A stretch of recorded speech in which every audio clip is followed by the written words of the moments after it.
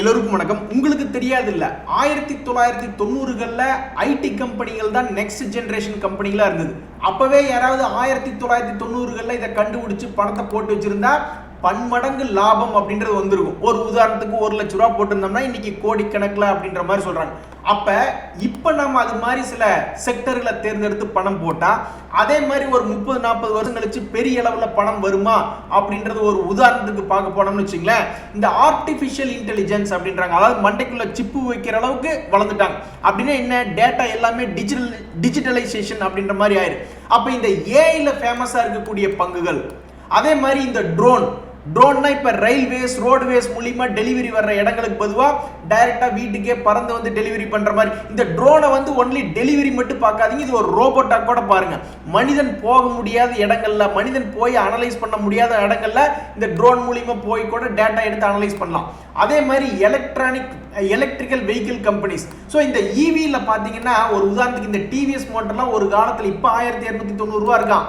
ஆனா வந்த புதுசுல கிட்டத்தட்ட 30 ரூபா 40 ரூபா 50 ரூபாய்லாம் இருந்திருக்கான். அங்கிருந்து 1290 ரூபா வளர்ச்சி அடைஞ்சிருக்கான். அப்ப இனிமேல் வரக்கூடிய அதே மாதிரி எலக்ட்ரிக் வெஹிக்கிள் இப்ப புள்ளையார் சொல்லி போட்டு ஆரம்பிக்கக்கூடிய கம்பெனிகள் இதே மாதிரி வளர்ச்சி அடையலாமா? ஒரு உதாரணத்துக்கு டாடா மோட்டார். அப்ப இந்த செக்டர்ல எல்லாம் இருக்கக்கூடிய லீடர்ஸ் யாரு, அல்லது இந்த செக்டர்ல இருக்கக்கூடிய ஃபேமஸான கம்பெனிகள் யாரு அப்படின்றது பார்க்கணும். இப்போ உங்களுக்கு மேபி நம்பிக்கை இல்லாம போகலாம். ஆனா அந்த காலத்துல இந்த டிவிஎஸ் மோட்டர்லாம் 10 ரூபா 20 ரூபா இருந்ததுங்க, இப்ப 1290 வந்திருக்கு. அதே மாதிரி ஐடி கம்பெனிகள் 1990ல இருந்த ரேட்டுகளை விட இப்ப வந்து நல்லா மேலே ஏறி வந்திருக்கான். அதே மாதிரி இனிமேல் வரக்கூடிய செக்டருக்கு வருமானா இந்த இடத்துல தான் நம்ம ஒரு ஐபிஎல் அப்படின்றது ஒரு கம்பேரிசனுக்காக எடுக்கிறோம். அந்த காலத்துல 2008ல இப்ப நம்ம பார்த்தது 1990, ஆனா இப்ப நீங்க 2008 பாருங்க.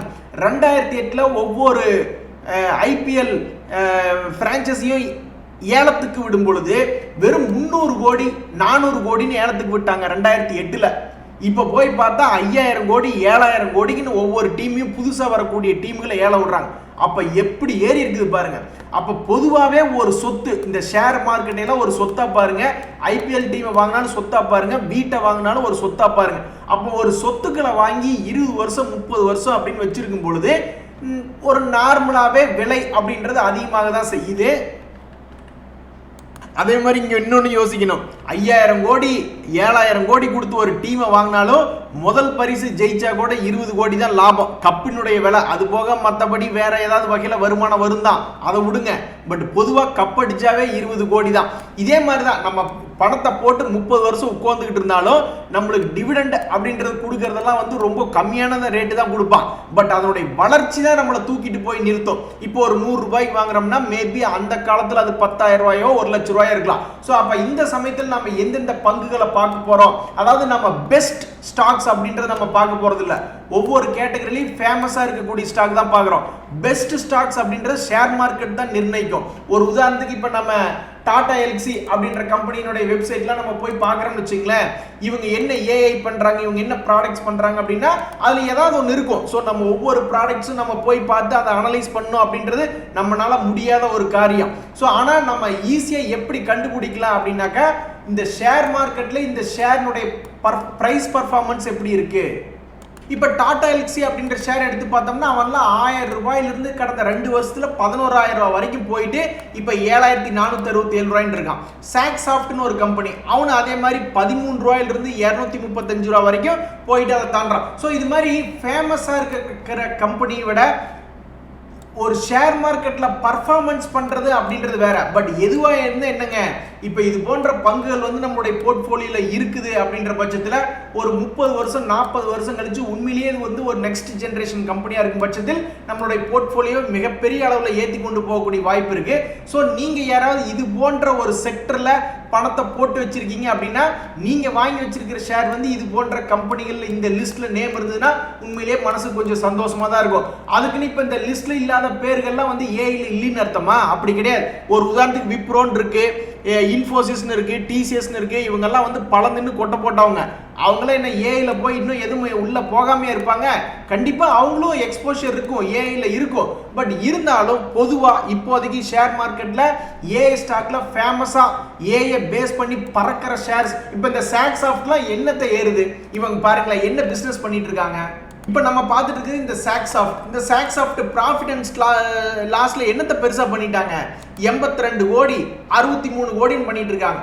ஆனா பிரைஸ் அப்படின்றது பாத்தீங்கன்னா இந்த 2023ல மட்டும் 120 ரூபாயில இருந்து 240 ரூபாய் வந்துட்டான். பணம் அப்படியே டபுளுங்க, பணம் அப்படியே டபுள் பண்ணியிருக்காங்க. அப்போ இதெல்லாம் எந்த நம்பிக்கையில் பண்ணியிருக்காங்க, இந்த ஃபேமஸாக இருக்கிறதுனால தான். சரி, ஏஐ ஸ்டாக்ஸில் வந்து இது ஃபேமஸாக இருக்கு, ப்ரைஸ் ஏறுறதுனால அப்படின்ட்டு. அதுக்குன்னு என்ன அவ்வளோ பெரிய கம்பெனி டிசிஎஸ் எல்லாம் வந்து எவ்வளோ பிஸ்னஸ் பண்ணுறாங்க, அதெல்லாம் பல்லாயிரக்கணக்கான கோடிகளை வருமானம் பண்ணிட்டு இருக்காங்க. அவங்களாம் ஏஐல போகாமையா இருப்பாங்க. பட் இருந்தாலும் ஃபேமஸாக இருக்கக்கூடிய பங்குகள் விலையினுடைய நகர்வுனால. அதே மாதிரி தான் ட்ரோன் கம்பெனிஸில் யார் ஓரளவுக்கு ஃபேமஸாக இருக்கா பாருங்க. இந்த ட்ரோன்ல ஃபேமஸா இருக்கக்கூடிய ஜென் டெக்னாலஜிஸ் எல்லாம் இந்த 2023ல பாருங்க 200 ரூபா இருந்தாலும் ஆட்டோமேட்டிக்கா 353 ரூபா வந்துட்டான். இதுல இந்த பாராஸ் டிஃபென்ஸ் அப்படின்றதெல்லாம் மேல எங்கிருந்து இறங்கியிருக்கான் பாருங்க. 1200 ரூபா வரைக்கும் போன கம்பெனி இப்ப 500 ரூபாயில் இருக்கான். பட் இருந்தாலும் இந்த பங்கு இன்னுமே ரொம்ப எக்ஸ்பென்சிவா இருக்கு. 1200 ரூபாயில இருந்து 500 ரூபாய் வந்தாலும் இவனுடைய stock P price to earning ratio அப்படின்றது 54 இருக்கு. பொதுவா இது வந்து ஒரு 20 அல்லது 25 இருந்தா ஒரு நார்மல் ரேட்ல இருக்கான்னு அர்த்தம். பிஇஜி ரேஷியோல வந்து 7.28 இருக்கு. இவன்லாம் 1 இருக்கணும். 1 இருக்க வேண்டிய இடத்துல 7 மடங்கு இருக்குன்னா அப்ப இது இன்னும் 7 மடங்கு கீழே போகணும். அப்படின்னா என்ன, ரொம்ப மோசமான இடத்துக்கு போகுது. ஒரு 100 ரூபா கணக்குக்கு தான் இந்த ஷேர்னுடைய விலையே இருக்கணும் அப்படின்ற மாதிரி ஃபண்டமெண்டல் சொல்லுது. ஆனா ஒரு பய கேட்க மாட்டான். யாருமே மார்க்கெட் மேல ஏறிட்டு இருக்கும்போது யாருமே கேட்க மாட்டாங்க. ஸோ மார்க்கெட் ஏறிட்டு இருந்த சமயத்தில் 2021ல இவெல்லாம் 1234 ரூபா இருந்தான். இதெல்லாம் ஃபேமஸா இருந்த கம்பெனிகள் திடீர்னு என்னைக்கு வேணாலும் திரும்பி மேலே ஏற ஆரம்பிச்சாங்கன்னா அப்புறம் ட்ரோன் கம்பெனியில் இவனு தான் ஃபேமஸா இருக்கானே, என்னைக்கு வேணாலும் மேலே ஏறக்கூடிய வாய்ப்பு இப்படின்னு இருக்கு. அதே மாதிரி தான் எலக்ட்ரிக் வெஹிக்கிள் கம்பெனியில யார் ஃபேமஸா இருக்காங்க அப்படின்னு பார்த்தோம்னாக்கா இந்த டாடா மோட்டர்ல 100 ரூபா ரேஞ்சில் இருந்தான். இப்பெல்லாம் போய் எடுத்து பாருங்க 500 ரூபா ரேஞ்சில் இருக்கா. அதே மாதிரி இந்த ஒலக்ட்ரா கிரீன் டெக் இப்ப சமீபத்தில் இந்த ஒலக்ட்ரா கிரீன் டெக் எல்லாம் வந்து கீழே 377 ரூபாய்க்கு இருந்தா இவனு இப்ப வந்து இப்ப டபுள் பண்ணிட்டான். அப்ப இந்த ஃபேமஸ் கேட்டகரி இப்ப ஷேர் மார்க்கெட் ஏறதுனால பல ஷேர்கள் ஏறுது.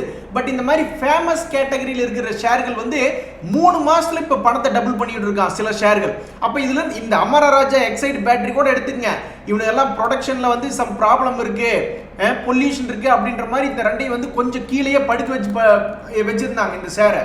இவருக்கு சமீபத்தில் கூட போன வருஷத்துல வெறும் 450 ரூபாயில இருந்தான். இப்ப 600 ரூபாயில ட்ரேட் ஆயிட்டு இருக்கான்.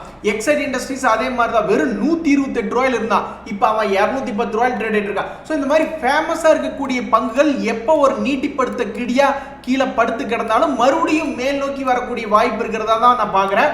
ஸோ இது போன்ற நெக்ஸ்ட் ஜென்ரேஷன் பங்குகளை வச்சிருக்கீங்க, அதெல்லாம் இந்த மாதிரி ஃபேமஸ் லிஸ்ட்ல இருக்குன்னா உண்மையிலேயே நீங்க சந்தோஷப்பட்டுக்கலாம் தான் நான் நினைக்கிறேன்.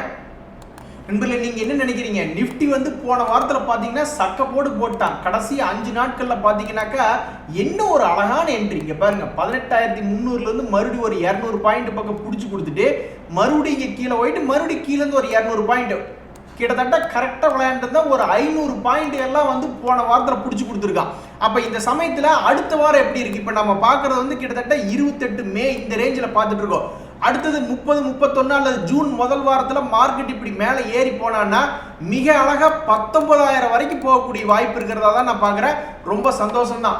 போன வாரத்தில் பார்த்தீங்கன்னா யார் நிஃப்டி 50 இண்டெக்ஸில் டாப் கெய்னர் அப்படின்றத நம்ம போய் பார்க்குறோம்னு வச்சுங்களேன். என்டிடி ப்ராஃபிட் வெப்சைட்ல அழகா சொல்றாங்க. ஐடிசி எல்லாம் 5.5% ஏற்றிருக்கான்.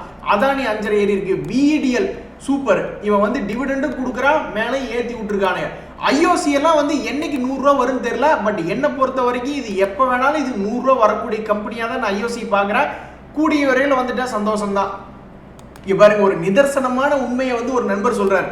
ஷேர் மார்க்கெட்ல நம்ம ஒரு வருஷமா பல ஷேர்களை வாங்கி கூச்சிக்கிட்டே இருக்கோம். அவன் வருஷத்துல எப்போ ஒரு இடம் தான் நம்மளுடைய போர்ட்ஃபோலியோ வந்து ஒரு மாதிரி லாபத்துக்கு வர்றான். அதுக்கப்புறம் பாத்தீங்கன்னா மறுபடியும் கீழே போயிடுறான் அப்படின்ற மாதிரி சொல்லியிருக்காப்ல. என்னை பொறுத்த வரைக்கும் ஒரு ஷார்ட் டைம் பிளேயர்னா ஒரு ப்ராஃபிட் வருதுன்னா கொஞ்சம் பார்ஷியல் ப்ராஃபிட் புக்கிங் அல்லது ட்ரெயிலிங் ஸ்டாப் லாஸ் அப்படின்றதுல போட்டுக்கிறது தப்பில்லை. இல்லைன்னா கடல் அலை மாதிரி மேலே வந்துட்டு காலை நினைச்சுட்டு ஓடி போயிடுவான்.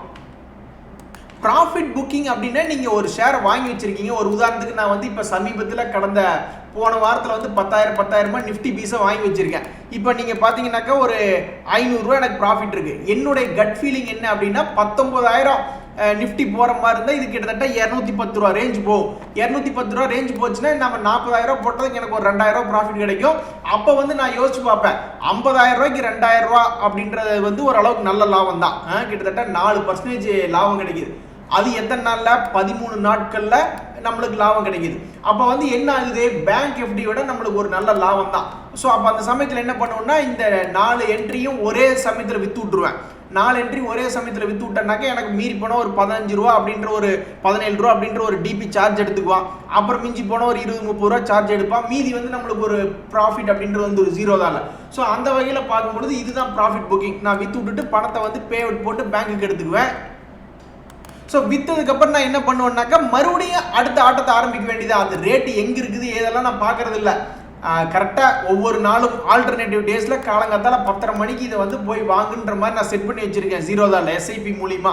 ஸோ ஒரு தடவை இந்த ஒரு சைக்கிளை ப்ராஃபிட் புக் பண்ணி விட்டேன்னா மறுபடியும் இதே பணம் போய் அந்த ஒவ்வொன்றா அக்குமுலேட் பண்ணிகிட்டே இருக்கும். இது மாதிரி என்னைக்கு லாபம் வருதோ அது வரைக்கும் ஹோல்டு பண்ணிகிட்டே இருப்பேன். லாபம் வந்து சில நாட்கள்லாம் 150 நாள் கழிச்சு கூட கிடைக்கும். சில நாளில் மார்க்கெட் நல்லா இருந்ததுன்னா 10 நாளில் கூட நல்லா ப்ராஃபிட் கொடுப்பான். ஸோ எப்போ கொடுக்குறானோ அது வரைக்கும் அக்குமுலேட் பண்ணி விற்றுட்டு போக வேண்டியதான்.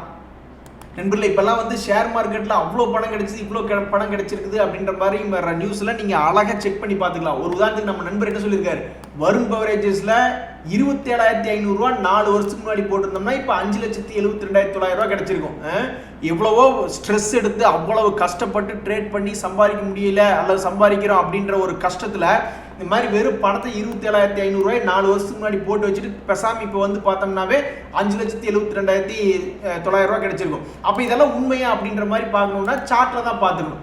ஆமாம், 4 வருஷத்துக்கு முன்னாடி 2020 சமயத்தில் போட்டால் 364 ரூபாய்க்கு போட்டிருந்தோம்னா அதனுடைய ப்ரைஸே 1,700 ரூபா இருக்கான். சரி, உண்மையிலேயே நம்ம வந்து இவங்க இப்படியெல்லாம் போனஸ் கொடுத்தாங்களா அப்படின்றலாம் செக் பண்ணுறதுக்கு இந்த மாதிரி மணி கண்ட்ரோல் அப்படின்ற வெப்சைட்லாம் மிக அழகாக நீங்கள் போய் என்ன பண்ணிக்கலாம், அழகாக கார்பரேட் ஆக்ஷன் உண்மையிலேயே நடந்திருக்கா அந்த மாதிரி போனஸ் எல்லாம் அப்படின்ற மாதிரி மிக அழகாக நீங்கள் போய் பார்த்துக்கலாம்.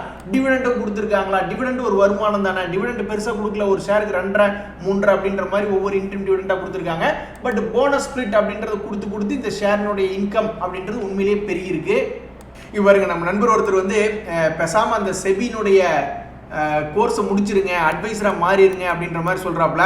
அதுக்கெல்லாம் ரொம்ப டெடிகேஷனாக பண்ணும், ஒரு நாளைக்கு டைம் வேணும், 2 எக்ஸாம் கிளியர் பண்ணணும். அப்படி கிளியர் பண்ணால் தான் நம்ம போய் ஃபஸ்ட்டு எலிஜிபிலிட்டி ஆகிறோம்.